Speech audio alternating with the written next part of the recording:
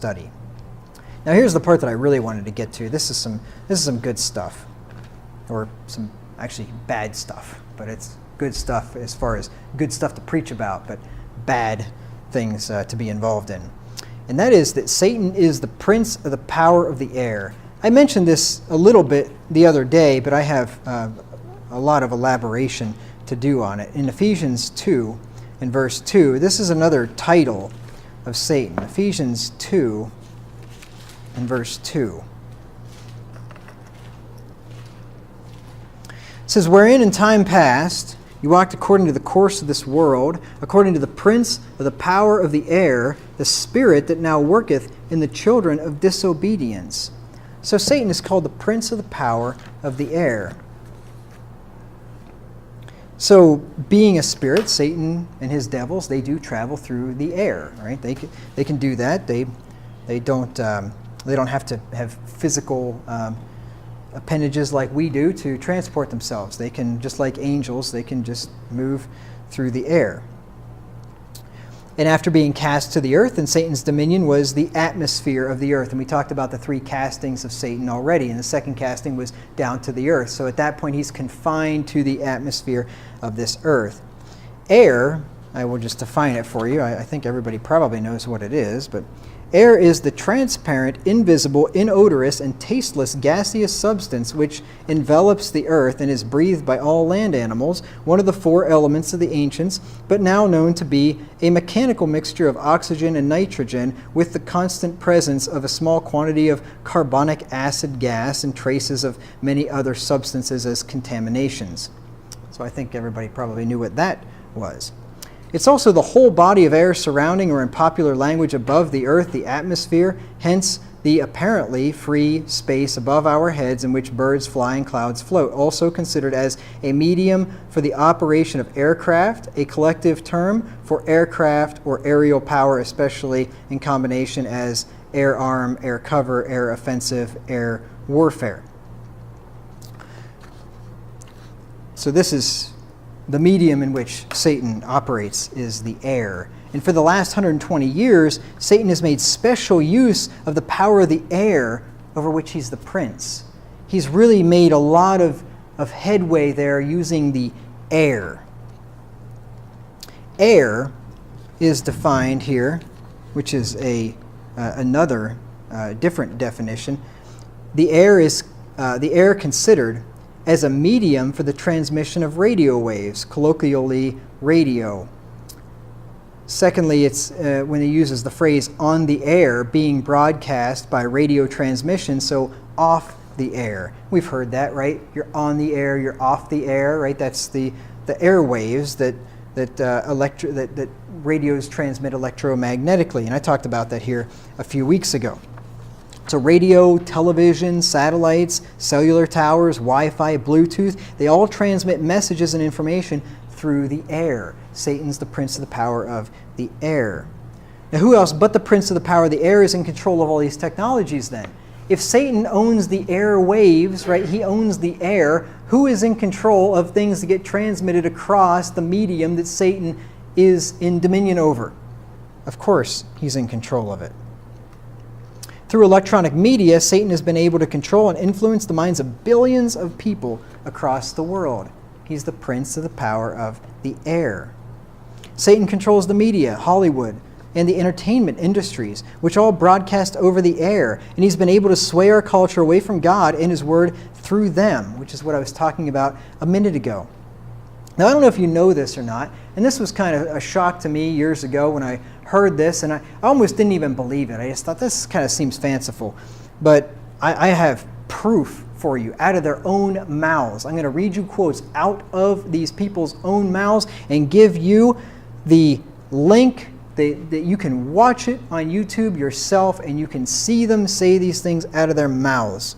Many actors and actresses have admitted to selling their soul to the devil. That is the truth. They have admitted it. And I just have a few of them here for you. I have a link to a documentary which you can learn a lot more. And I'm sure that's just scratching the surface of it. There are tons of them. And for every one of them that blatantly, openly admits it, I would imagine there are dozens of them that don't, that yet are still possessed with devils. Many of these celebrity types have said that devils have possessed them and gave them the ability to act and to write scripts. That is the truth. We are being entertained by devils. That is a fact. All of us. We have all been entertained by devils. You let that sink in. In the documentary by Pastor Jason Cooley down here in Northfield, it was basically a sermon that he did, and then they put the sermon to still images for the most part. So everything he's saying, then they're showing images of what he's talking about, and the people and the quotes and all this stuff, and all the stuff that they put into movies, subliminal things and so on. But anyway, he made that point. It just hit me like a ton of bricks. We are being entertained by devils. Not just movie actors, musicians, artists. We are being entertained by devils. Let me just give you some examples of the devils we're being entertained by. One of them is a guy by the name of Denzel Washington. Anybody ever heard of Denzel Washington? You would not think of a devil worshiper when you think of Denzel Washington, would you? You wouldn't think of a guy that's possessed of the devil, would you? Well, let me just read you what the man said. And then I have the link here. You can go watch him say it himself. He was interviewed on 60 Minutes, and he revealed the following. This is from his interview, and I watched the video and I transcribed all these. So if there is any error in the transcription, it is mine, and it was not done intentionally. And I reviewed it a couple times, so I think it's accurate with maybe minuscule little I might have messed up a word here or there or something. Anyway, you can check it out for yourself. Washington says, basically what I did, he's talking about this part that he played in this incredible movie. I don't even know what the movie was, but it was some part that was just amazing, like mind-blowing, his acting. And the guy was asking him about it. And Washington says, basically what I did was got on my knees and sort of communicated with the spirits. And when I came out, I was in charge. The host says, powerful scene. Washington says, powerful scene. I couldn't have acted that. I couldn't have written that down and made a decision to play that. So before he played this scene, he went and, quote, communicated with the spirits and came out, and now he's in control. And now he does this incredible acting that he admits, I couldn't have done. I could not have acted out that scene on my own. There was something in him that was acting out that scene. Anybody ever heard of a woman named Oprah Winfrey? Of course, everybody's heard of Oprah Winfrey, right? The Queen of Talk, right? Probably one of the most influential women in the country, if not the world. Oprah Winfrey is a devil. This woman is a devil. She is a New Age devil, and this is a fact. Let me just read you some of her own words here. This is from her book, Journey to the Beloved. She starred in a movie about some slaves or something called Beloved. I didn't see it. I'm not familiar with it. Anyway, here's what she said in her own book.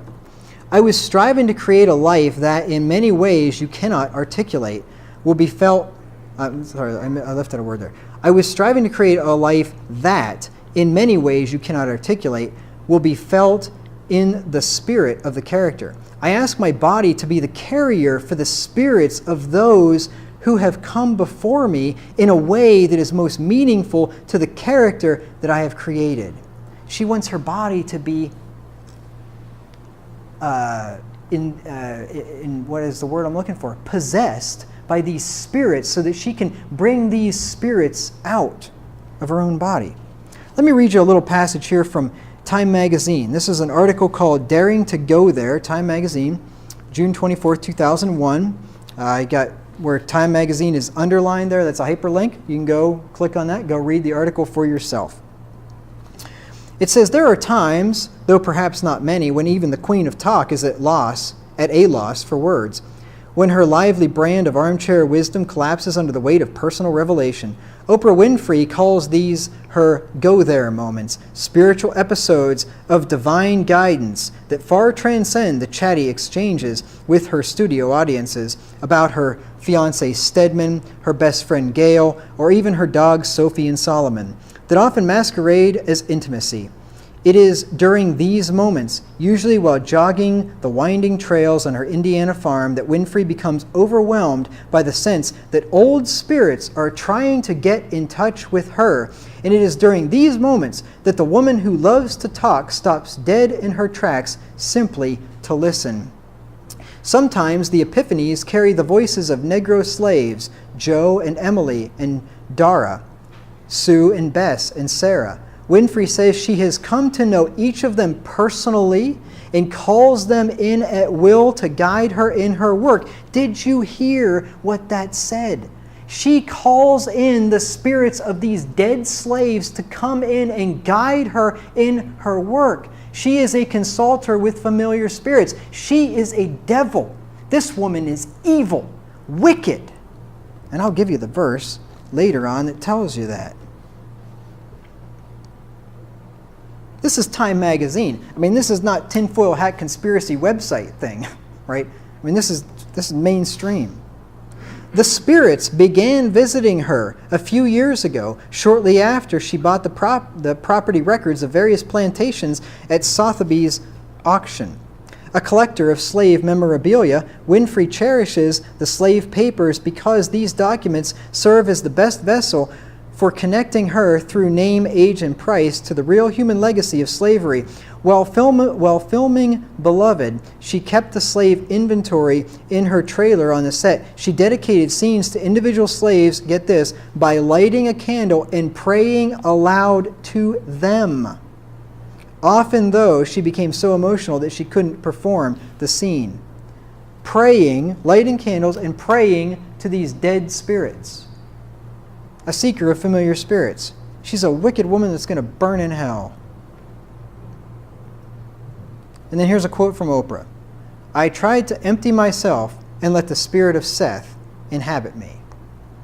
And that, I couldn't actually find a citation where she said that. The quote is all over the internet, so I assume it was a legitimate quote from her. You can check that out for yourself. But the other one's from Time Magazine, so I don't think there's any question about that one. Oprah said that she tries to empty herself and fill herself with the spirit of Seth. It just really brought to mind a scripture about somebody emptying themselves and then being filled with devils. Matthew 12, 43 through 45. This is the passage that I was referring to a minute ago that I said we would get back to. Matthew 12, 43 through 45. And she's a New Ager. She's denied Jesus Christ, denied the deity of Christ. Has her own little Church of Oprah, hundreds of thousands of members, Church of Oprah thing.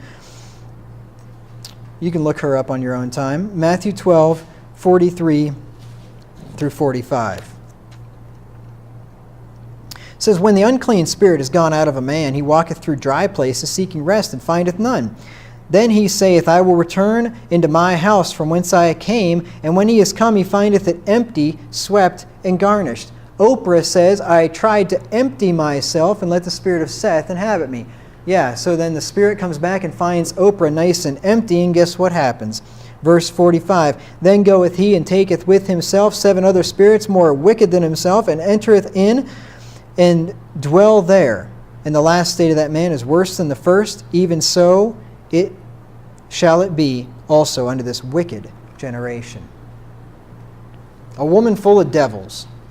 And she has influence for, Oprah was on TV when I was a little kid. She's been on TV for 30, 40 years, a long time. And she has influenced millions and millions of people. One of the richest women in the world, too. How do you think she got her fame? Probably sold her soul to the devil.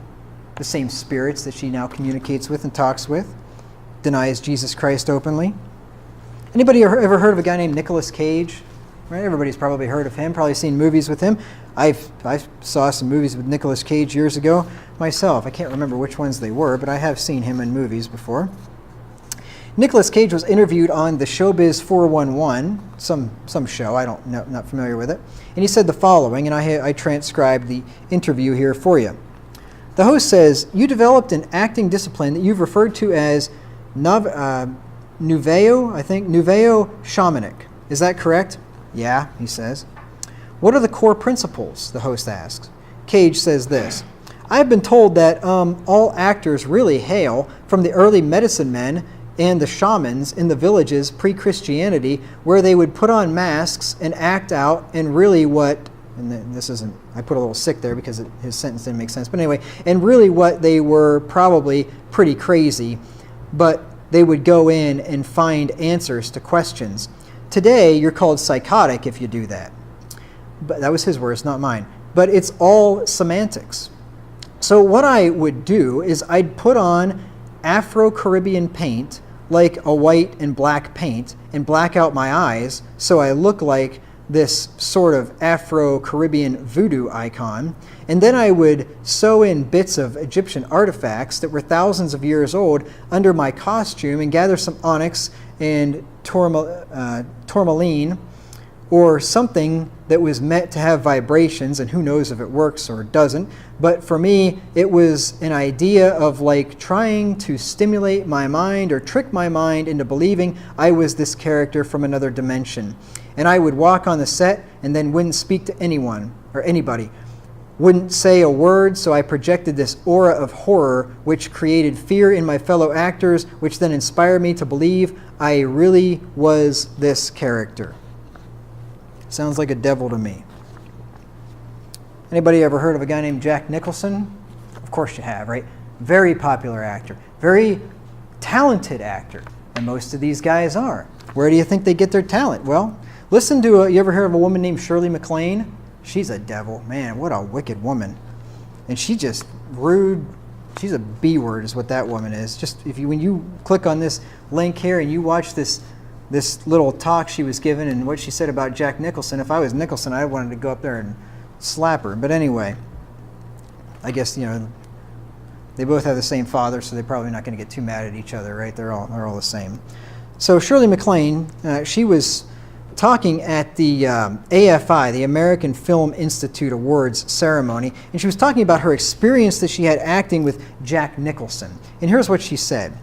Jack Nicholson, A Few Good Men, wasn't he in that? In various movies, tons of movies. Whatever that sick movie was, the Here's Johnny thing where he's chopping through the door with the axe, The Shining. He's a wicked. that's just look at that. I've never seen that movie, but just look at that scene and tell me he's not a wicked man.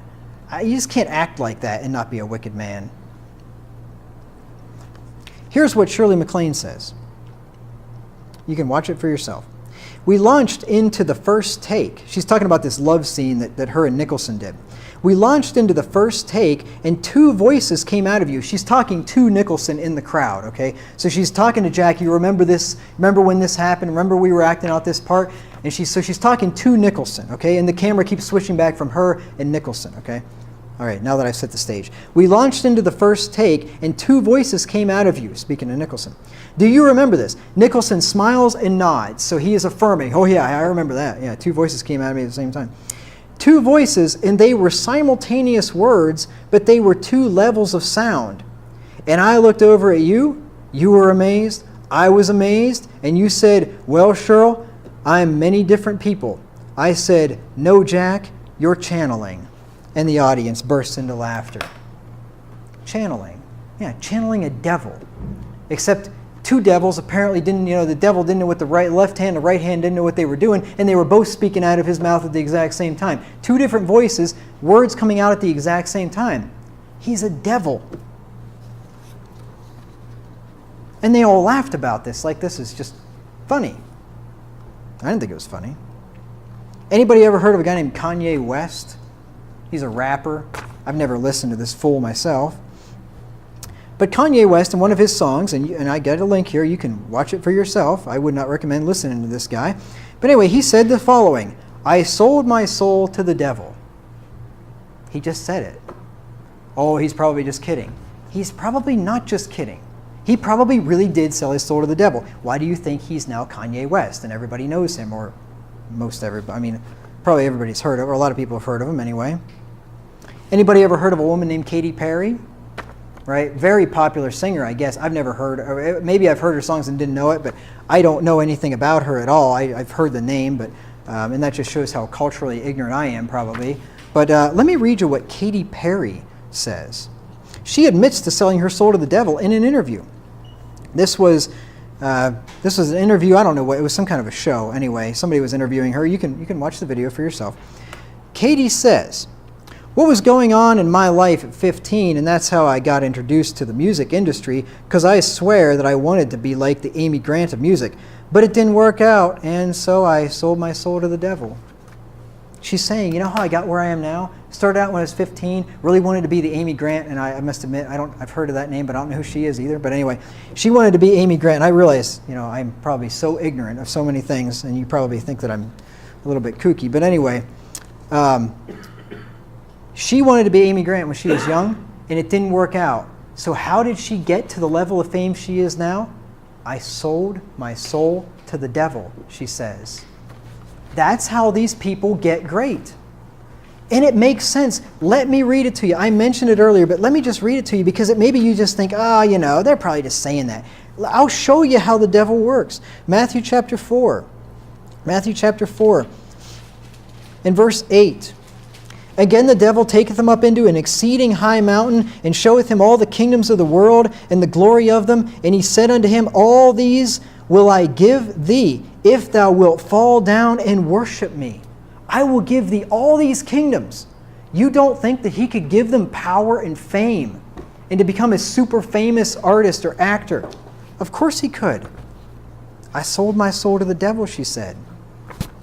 And you see what happens to these people. Look at Miley Cyrus. Used to be Hannah Montana, right? Cute little girl, sung I don't know what, I've heard her songs. I don't know what they were. But anyway, these cute little songs, probably harmless back then. Maybe not, I don't know.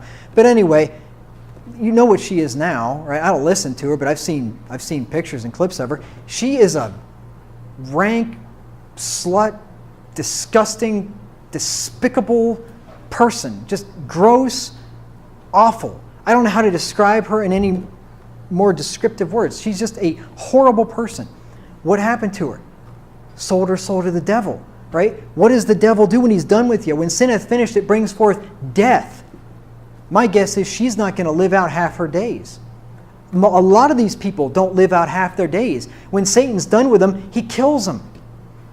What a fool. Why would anybody do that?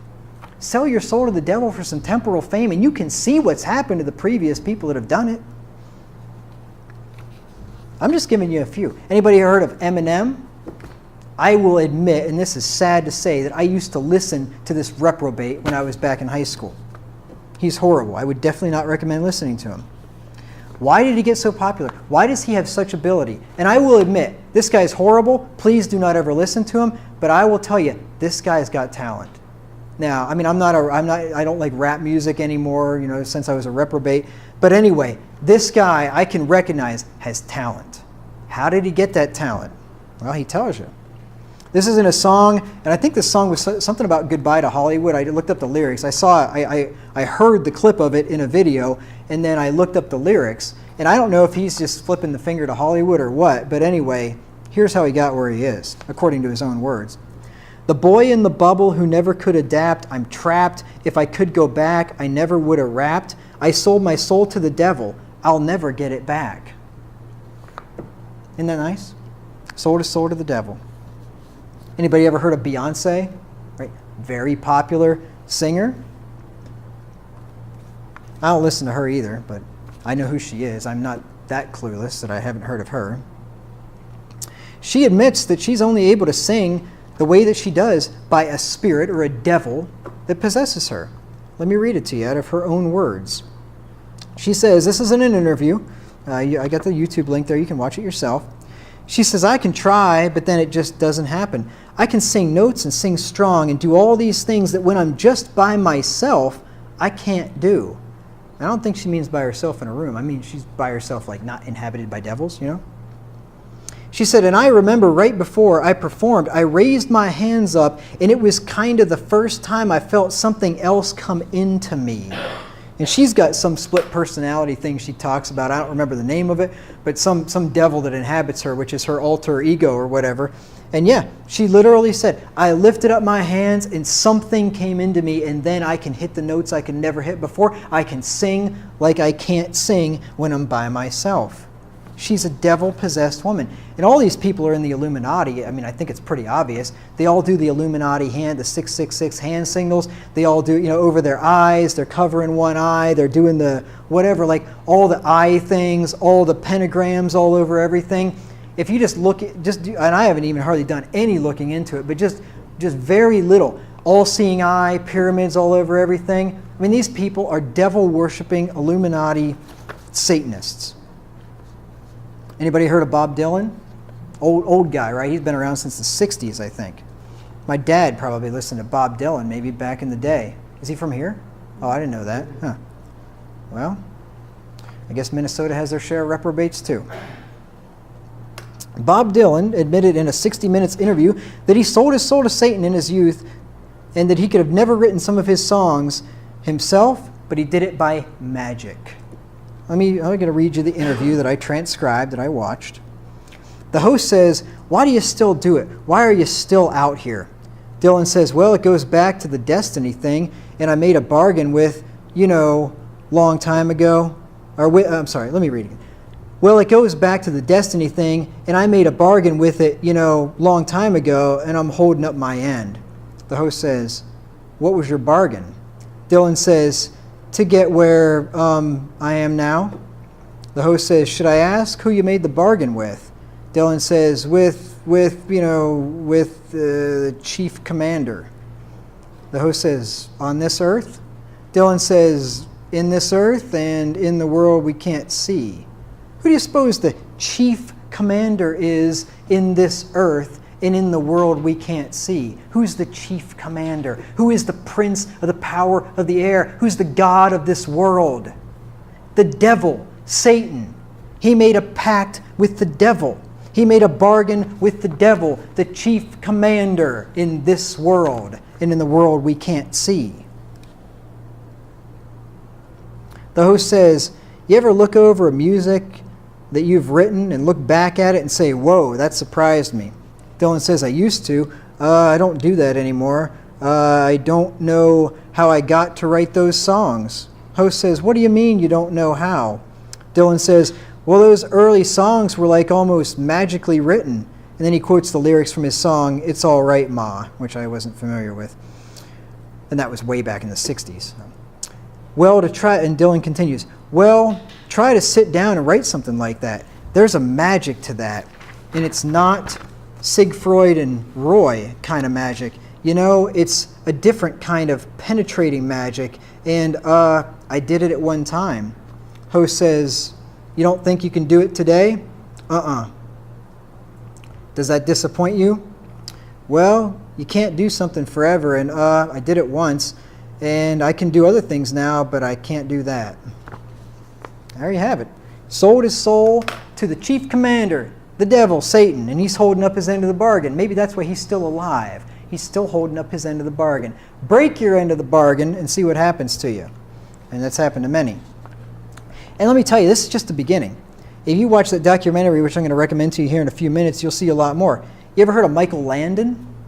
The Highway to Heaven show and Little House on the Prairie? You think just totally innocent, right? Little House on the Prairie, I used to watch it when I was a kid. That guy was a devil.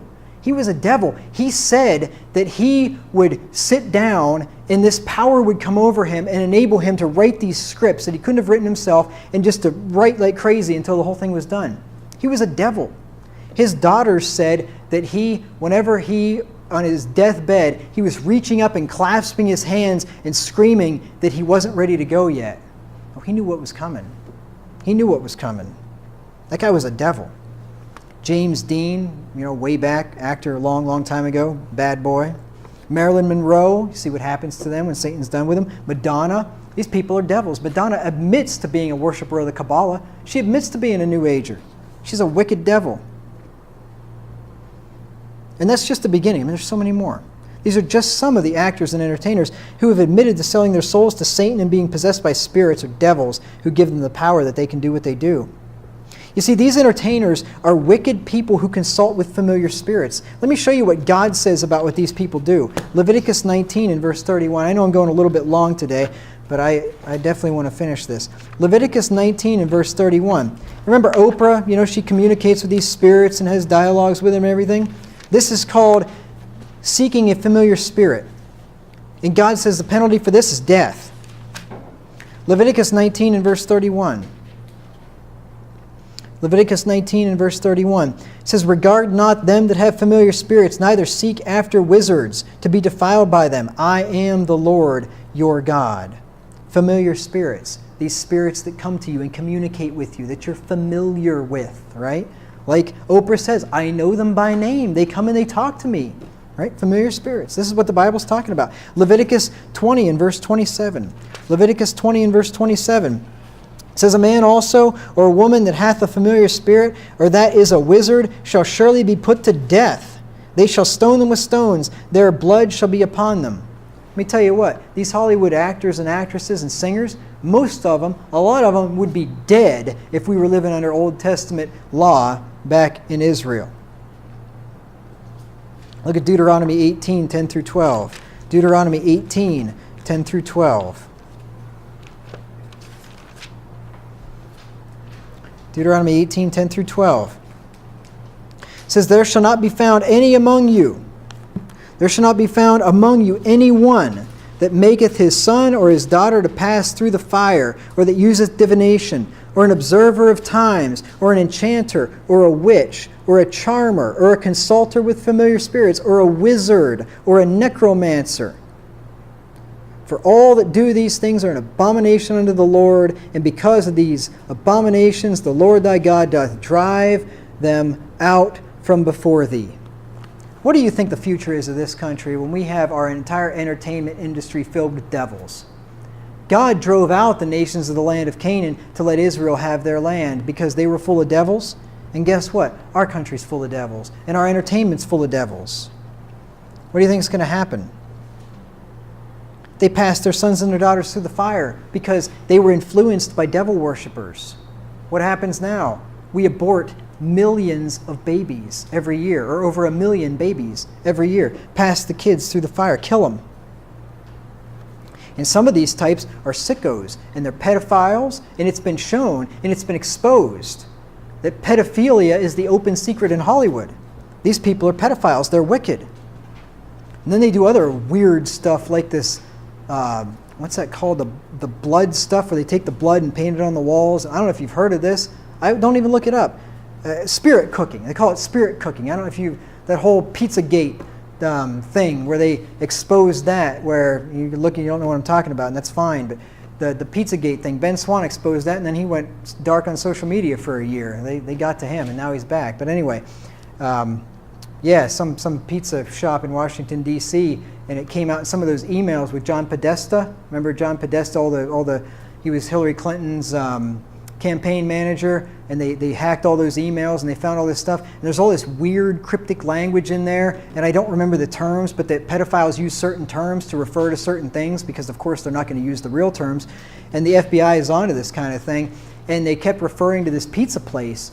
And one of the signs of the pedophilia signs is a pyramid that kind of like a line that's in a pyramid, and it goes and it keeps getting smaller and smaller with an arrow, and kind of like a line that's made in the form of a pyramid. Anyway, that's a sign. I don't know who knows what it means, but anyway, it's a pedophilia sign. Well, this pizza place had, you can see it on Ben Swan, if that, you can probably find it somewhere. Just search Ben Swan Reality Check Pizzagate, you can find it. Anyway, the sign of this pizza place, the pizza, the triangular shape of the pizza, was this pedophilia sign with the little thing with the arrow in the middle. Whenever they were exposed by some people in the alternative media, they changed the sign. Now their sign doesn't show that anymore. It's different. It just kind of looks like a piece of pizza or something. They think there's a pedophile ring being run out of this pizza place there in Washington, D.C., and that the Podestas were involved in. Of course, nobody's ever going to investigate this, and anybody that would be dead. Well, hopefully I'm not dead for talking about it. But anyway, so where was I going with that? Anyway, they're pedophiles. They're wicked. And they do crazy, what did I call it? Spirit cooking stuff. And I'm telling you, these are evil people. Evil people. We're being entertained by devils. Saul died for consulting with familiar spirits. Look at 1 Chronicles 10 and verse 13. 1 Chronicles 10 and verse 13. 1 Chronicles 10 and verse 13. And I don't know for sure that there's that pedophile rings going on there in that pizza place, but there's some really weird stuff. And when you look into that, I don't know. I'm sure we'll never find out. 1 Chronicles 10 and verse 13.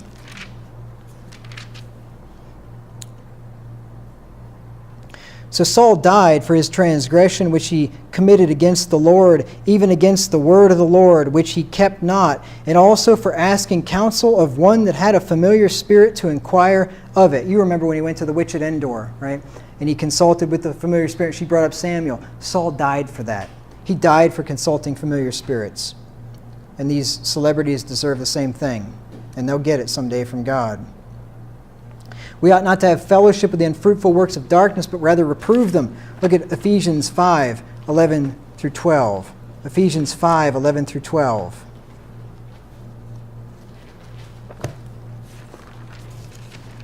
You ever wonder, and if you watch this documentary, you'll learn about it, but you ever wonder what the word Hollywood means, why they call it Hollywood? I never even gave it a second thought. I never thought about it.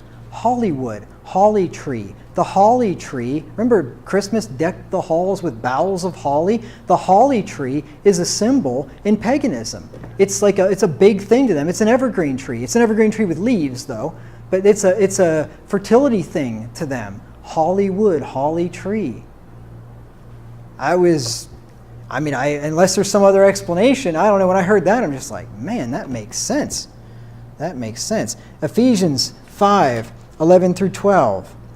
And have no fellowship with the unfruitful works of darkness, but rather reprove them. For it is a shame even to speak of those things which are done of them in secret. We're not to have fellowship. We're supposed to reprove those things. That's what I'm doing right now. You know, Paul ran into a woman that had a spirit of divination, and he didn't listen to her. He rebuked her, and he cast that devil out. Acts 16:16 through 18. Acts 16:16 through 18. And it came to pass, as we went to prayer, a certain damsel possessed with a spirit of divination met us, which brought her masters much gain by soothsaying.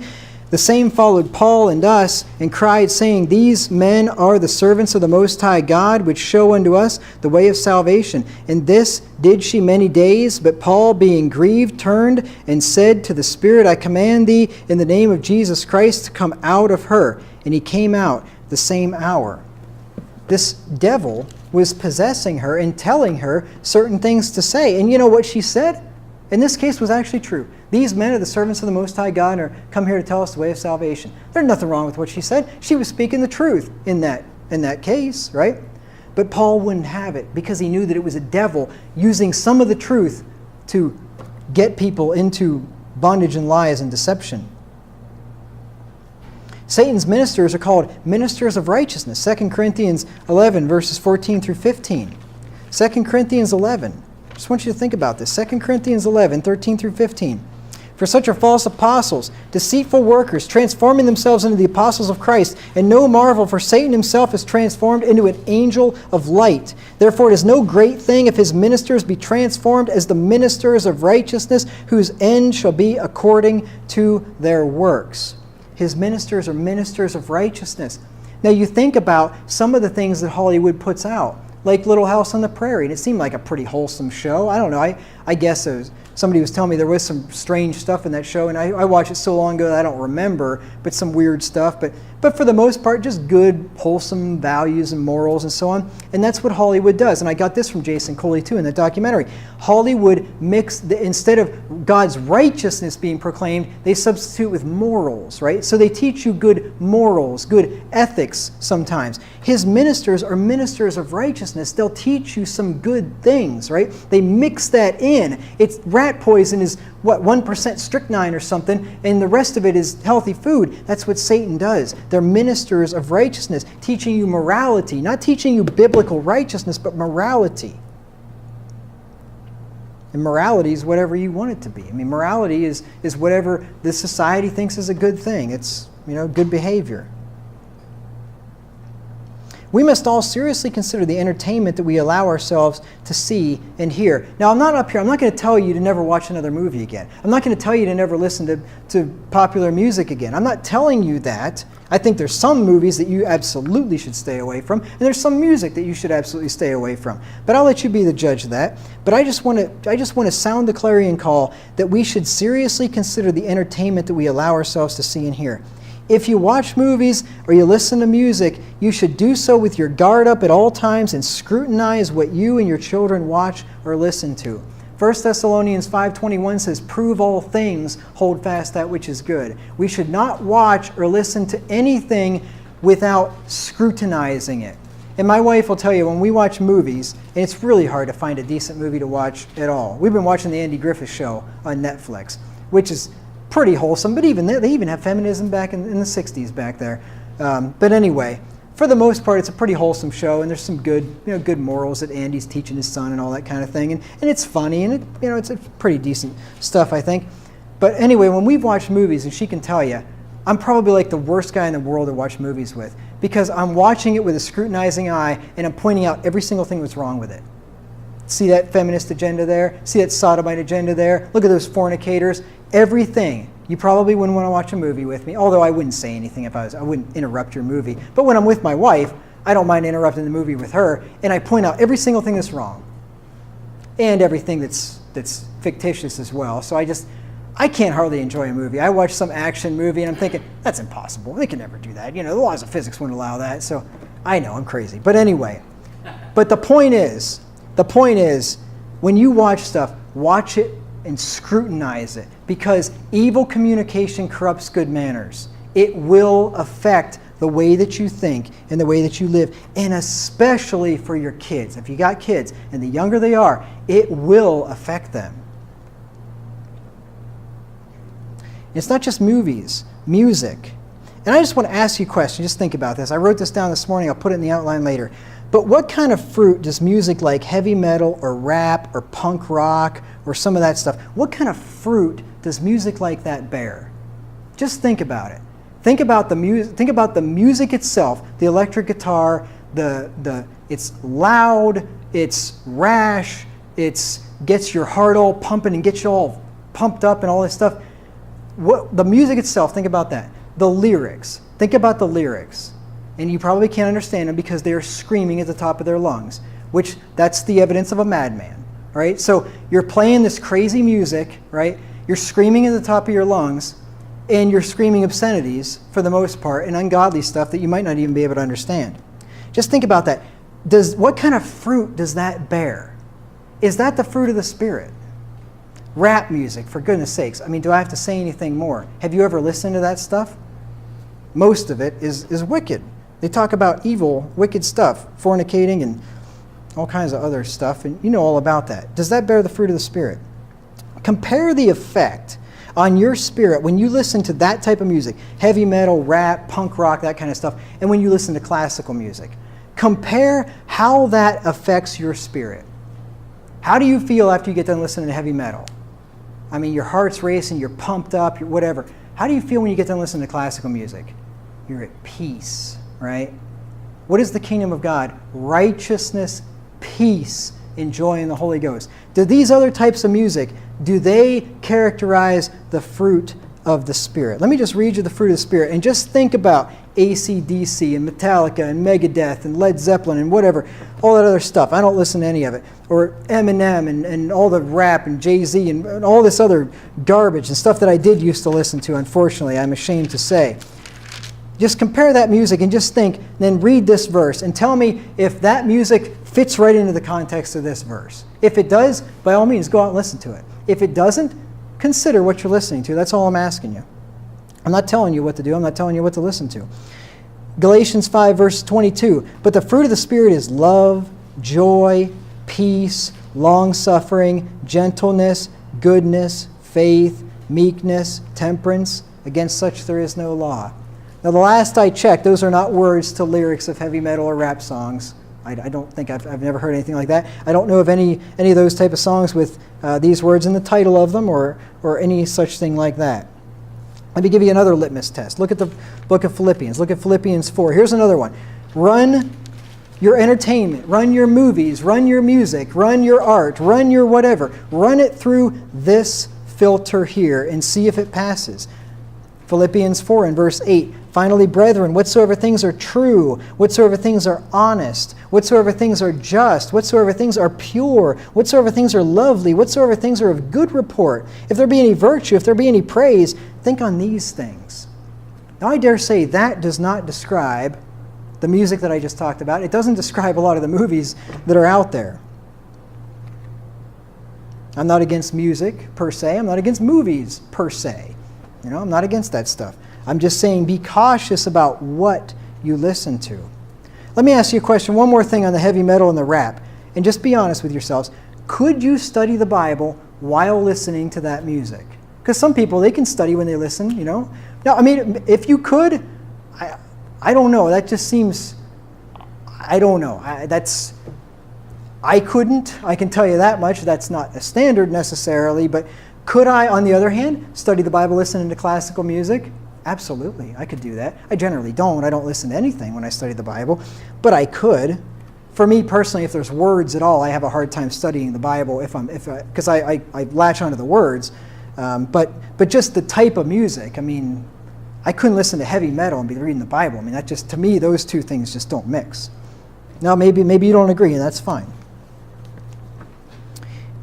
Being discerning and circumspect, or be discerning and circumspect when it comes to what you allow your eyes to see and your ears to hear. That's why I read Ephesians 5:14 through 17. I'm almost done here. I got to finish this up. I know this is long, and I do apologize for that, but I think it's important enough that it was worth keeping you.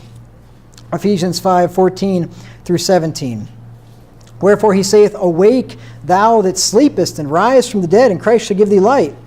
A lot of us, I think, have been sleeping with the entertainment that we allow ourselves to have and the pollutions that we allow to get in our minds. And we're all guilty of this. We've been sleeping. And Paul says, get awake.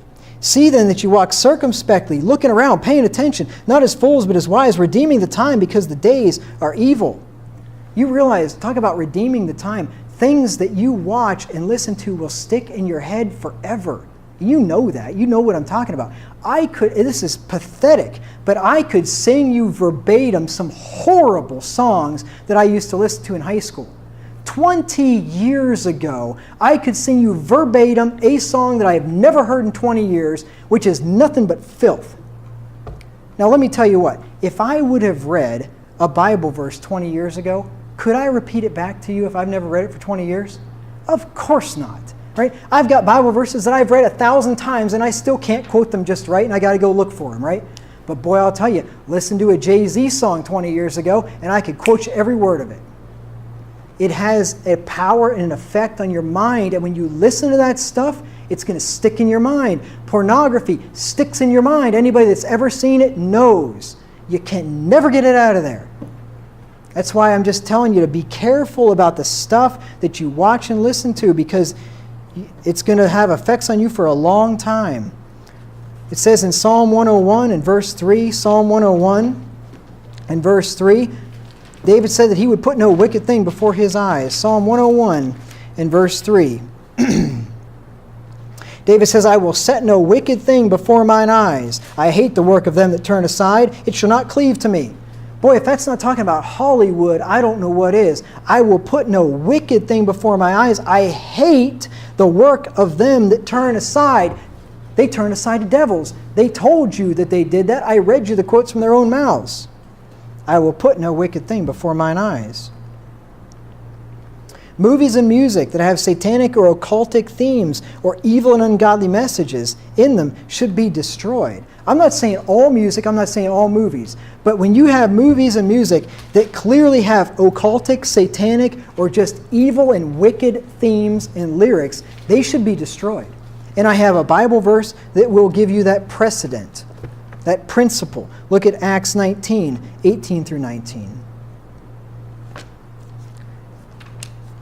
I'll tell you, when I listened to that documentary by Jason Coley, afterwards, the couple of movies that I had left, I just took them and snapped them and put them in the garbage. I thought, you know what? I'm just done. They weren't all that bad, but they weren't all that good either. I'm not telling you to do that with all your movies or anything. I'm just saying if you have movies that are just patently bad, evil, wrong, then you want to get rid of that stuff. Acts 15 and verse 33. No.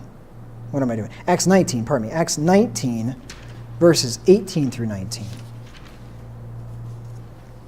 And many that believed came and confessed and showed their deeds. Many of them also which used curious arts brought their books together and burned them before all men. And they counted the price of them and found it 50,000 pieces of silver. So mightily grew the word of God and prevailed. You see, when these Ephesians were converted to be Christians, they were involved in curious arts. That's occultic stuff, right? They were reading satanic things. They were involved in witchcraft, right? That kind of stuff. And they burned those things. They didn't sell them. They could have made a fortune, 50,000 pieces of silver. That's a lot of money. They could have made a lot of money off that, but they burned it. They got rid of that stuff. We are all being programmed by Satan's entertainment industry, whether we realize it or not. We are being programmed. Do I need to prove it? What do they call television? Programming, right? Television programming. I don't think that's by accident. It's programming. They are programming us. We are being programmed to think in a certain way. Remember the gay marriage example? Nobody would think that way, or very few people would think that way if it wasn't for television, right? If it wasn't for the media. That we are being programmed. Paul says in 1 Corinthians 15 and verse 33, to be not deceived. 1 Corinthians 15 and verse 33. Be not deceived. Evil communications corrupt good manners. See, none of us can watch all kinds of filth and let that come into our minds and not be corrupted by it. None of us can. Paul says, don't be deceived. If you think that you can watch and listen to ungodly, satanic things and not be corrupted by it, you're deceived. Paul says, don't be deceived. Evil communications corrupt good manners. Like I said, music and images stick in your mind for a long time, and they're very hard, if not impossible, to remove. I know what I'm talking about. I've recommended it already, and I'll give you the name of it. I recommend that you watch, it's a sermon documentary. It's basically his sermon, and then it's put to still images for the most part. Maybe some videos in there, I don't remember. Anyway, it's called Hollywood's Satanic Roots, the Movie Reloaded, Jason Cooley. And I gave you the YouTube link there to it. I think it's about an hour, a little over an hour, maybe an hour and a half long.